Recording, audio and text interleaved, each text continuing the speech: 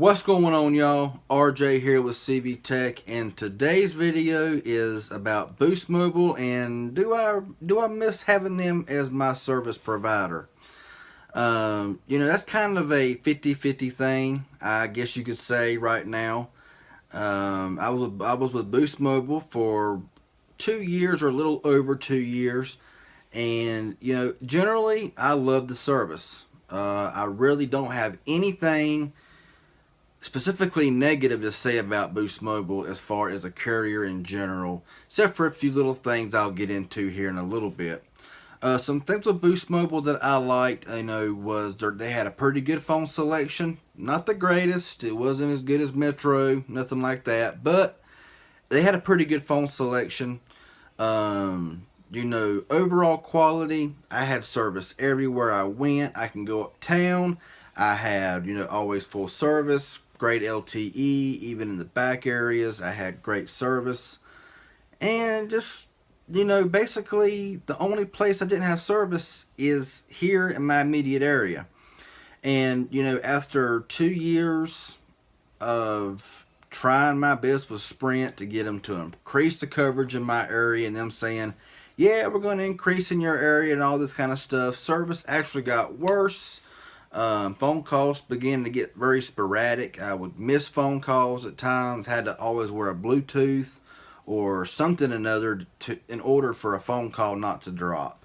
And buying all these new phones and them going in there and trying to figure out what was going on. But in all, they said that I was just in a poor coverage area.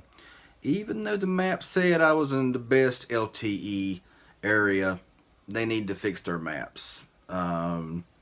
But, I don't really hold that over Boost Mobile's head because Boost Mobile piggybacked off of Sprint, and Sprint needs to get their act together. And, after all these many years of having Sprint, Boost Mobile off and on, service has never got better in this general area.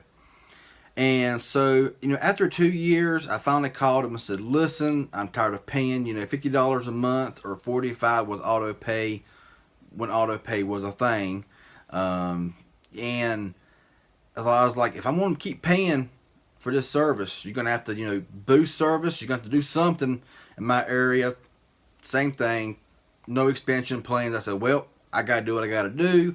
I'm not going to spend money on service I can't use half the time. So I just packed up my number and left. And went to Straight Talk, as most of y'all know. And and I'll also be giving my my 1 month review of Straight Talk here coming up soon as well. So stay tuned for that. But as far as Boost Mobile, do I miss them? Yeah, I would say, I can say that I do miss them as a carrier. They were a great carrier. I mean, the only thing that I had kind of a gripe with was customer service was not always top notch, but how often do you really have to call customer service anyway unless there's a major problem? And then it's just best to go into a store and have them worry about it. But but most time general questions, it was no problem at all talking to customer service. And at least you could talk to technical support, you could talk to customer support and all this kind of stuff. So that was a good thing, unlike Cricket, which I'm not going to get into that. But anyway, service was good. Everything was good. I mean, I liked the online website. The website was always easy to maneuver around. If you want to do an ESN change, it was so easy to do. Log into your account, go down to, I think it was devices, something like that, and you scroll down and say swap device, and you just swap devices. It was simple as that. It was very easy, very quick, very snappy.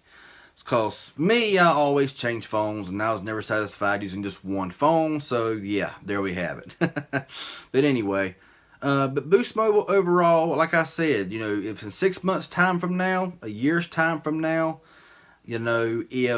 if Boost Mobile was to, or Sprint was to say, or get on the coverage maps and they have me in a good coverage area, check everything out and say, yeah, towers near you, you should be great, you should be golden, I'll have no hesitation going back to Boost Mobile.